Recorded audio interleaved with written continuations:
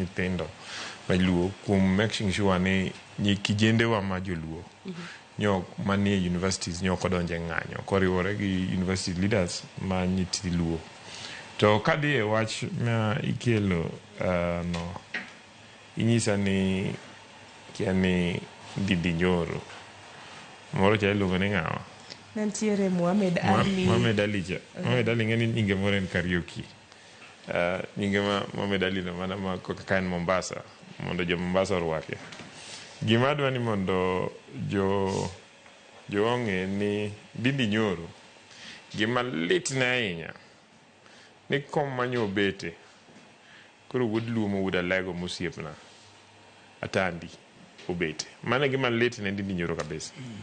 Omiyo Ndindi Nyoro manyo support serikal kendo nyo pako gik ma President William Ruto timo. Koro sani olokore ni gik ma ne no pako ka gin gik maricho te kendo William Ruto kia kumone go beni Kenya dhiye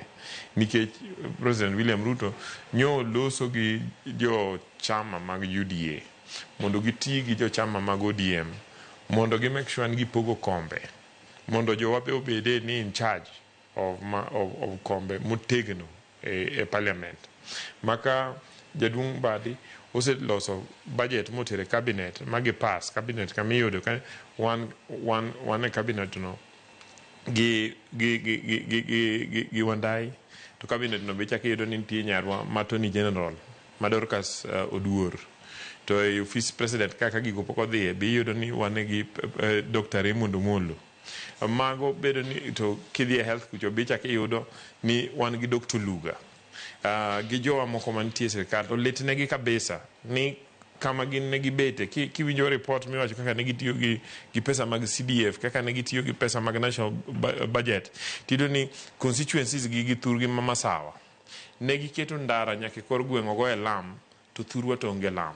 ne gigero osiptende madongo level 6 gina osiptende mag kor gweng' thurgi to thurwa to onge go ne gigero schools all over to thurwa to onge go mane gima chando Ndindi Nyoro. Omiyo an ywak ma Ndindi Nyoro ok chanda nikech ang'e ni kama odhiye malong'o en mana ng'ama iye wang'. To kichaki ng'iyo Mohamed Ali, to Mohamed Ali be en ng'ama nigi ich wang'. Gimomiyo en gi ich wang' en ni Mohamed Ali ne neno ni de gilaro telo kendo gipok gidok laro telo gi osiepna ma Secretary General mane wan go Students Politics miluongo ni ng'anene Secretary General ma UDA and oneno ni en kanye manonego bedie and therefore gin kako exactly and therefore gin kaka oganda ma Masawa kech ing'eni Mohamed Ali ok ja Mombasa Mohamed Ali ja Masawa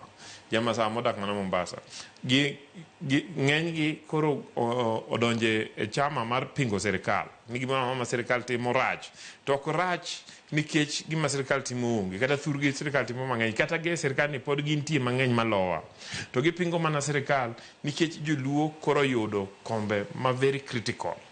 Omiyo adwa na nyis jowa ni mago gik manono UDA very strong and President William Ruto also sent a very strong signal kane en Migori nowacho ni UDA ok ni competition gi ODM. UDA ni collaboration kendo cooperation gi ODM ma onge gima wabro laro wabro ng'iya ne ni to kapo ni Nyamori adwaro gimoro to Jera be adwaro ere kama Nyamori nyalo yudo to Jera be yudo mondo wadhi kamoro achiel. Kapo ni Adui Nyang' chung dwaro east to jakomwa ma UDA ma east biluongo ni Mbuta ere gima Mbuta nya yudo to Adui be yudo moro. So I am sure ni kama nyo jadung Raila wacho ni wadhi gin gi winjruok nyaka 2027 kiwinjo indication margi en ni pod giloso mambele and I believe ni pod gibro loso mambele mondo wadhi together as a united team and I still believe ni yes it is possible ni wanyalo dhi election as separate teams but one stronger kawa de kwa face jomose bedo ka pingo moko dwan jaluo donje telogi ni wan gi wang ni wado dhi election ka possibility ni joluo tiyo gi serikal mondo advantage ma joko osebedgo magi mawago kura advantage ma gisebedo go ni gi mondo mar Kenya gitero mana thurgi wabede go wamed make sure ni watere mwanyalo for now and for the future wagolo mwanya golo Nairobi ka watene joturo pero develop ani ngeni ane serikal abete board man National Housing Corporation kamigere ute makuro affordable housing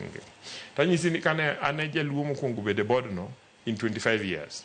and king'iyo kako ndik ji sector mar ute no kichaki ng'iyo kata kaka National Housing Corporation osebedo ka gero ute kanitero around mondo wane to waneno wayudo mana ka thuro kucho noger mana ute in the 1960s gi 70s to kibidhi piny masawa gi tiyudo ni oger ute nyaka nyoro ute moko makata uso ok nya usore ting'eni samose ge sirikal osekawo pesa modhi ogero ute wasechulo contractor wasechulo workers wasechulo suppliers wasechulo jokware and so on and so forth so pesa no osetiyo kuno whether ute go usi or not to pesa no osetimore nade osetiyo kuno to nyaka nyo wabed ka emineno kwa negotiate ute obiro Homa Bay ute moko igero Migori ute moko igero Kisumu ute moko igero Siaya out of gedogo oken ute ma ji brodake kende en kijende yudo tich en pesa michulo suppliers tichulo jotich circulate around the economy so pesa circulates wach mar poverty dok piny